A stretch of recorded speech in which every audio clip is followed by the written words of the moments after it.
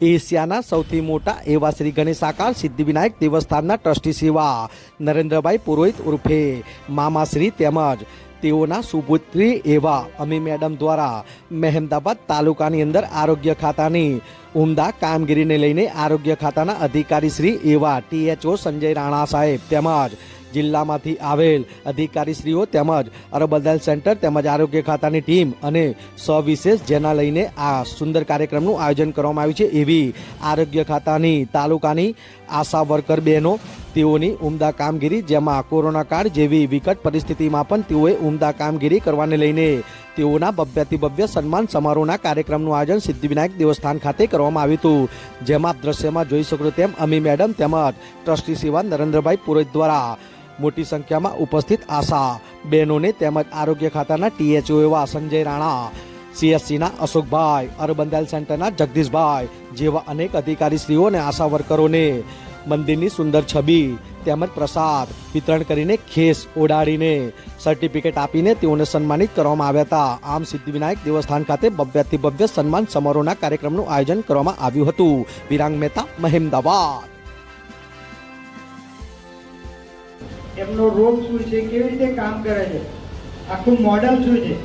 અને જ્યારે આ મોડલ જેને કહેવાય કે માળખું, મોડલ એટલે માળખું, આ માળખું સમજ્યા ત્યારે બધો આનંદ થયો કે ખરેખર સરકારની દરેક યોજનાઓ આ બહેનો છે ઘરે ઘરે જઈને પહોંચાડે અને એ બી સીમિત જે આખું માળખું છે તમને ખરેખર ખૂબ આનંદ થયો.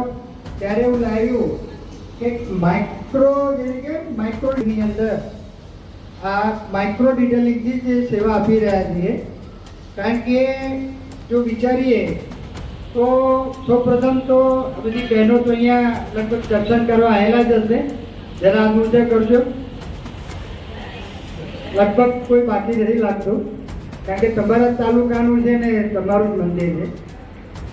તો જ્યારે મંદિર બનાવવાનો પ્રશ્ન અમારા માતુશ્રીએ જ્યારે પ્રેરણા આપી કે ભાઈ મારે કીર્તિદાન કરવું છે અને એક એવું મંદિર બનાવવું છે કે જે સૃષ્ટિમાં લોકો મને યાદ કરે, અને એ ધ્યાનમાં રાખી અને મંદિરનું આયોજન થયું.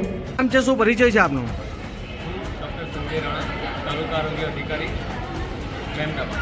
આજે શ્રી સિદ્ધિવિનાયક દેવસ્થાન ખાતે જે આ કાર્યક્રમનું આયોજન કરવામાં આવ્યું છે, શું કહેવા માંગો છો?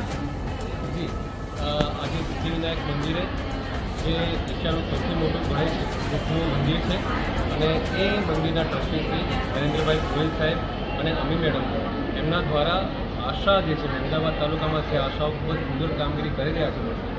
એમના સન્માન માટેનું એક આયોજન કરવામાં આવ્યું હતું. એક વર્કશોપનું આયોજન કર્યું અને જેમાં તમામ આશાઓને અને આરોગ્યના અધિકારીશ્રી કર્મચારીઓનું સન્માન કરીને એમને બિરદાવવામાં આવ્યા. આજે આ પ્રસંગે આપ પણ ઉપસ્થિત રહ્યા છો, જિલ્લામાંથી પણ અધિકારીશ્રીઓ ઉપસ્થિત રહ્યા છે. મોટી સંખ્યામાં આશા વર્કર સાથે અર્બન હેલ્થ સેન્ટરથી લઈને આપના આરોગ્ય ખાતાનો તમામ સ્ટાફ, કર્મચારીગણને પરિવાર ઉપસ્થિત રહ્યા છે. સૌને સન્માનિત કરવામાં આવે છે, આપને પણ સન્માનિત કરવામાં આવે છે. ત્યારે જ્યારે આ પ્રસંગે શું ફીલ કરી રહ્યા છો આપ, શું અનુભવ થઈ રહ્યો છે? ખૂબ જ આનંદની લાગણી અનુભવ કરી રહ્યા છે.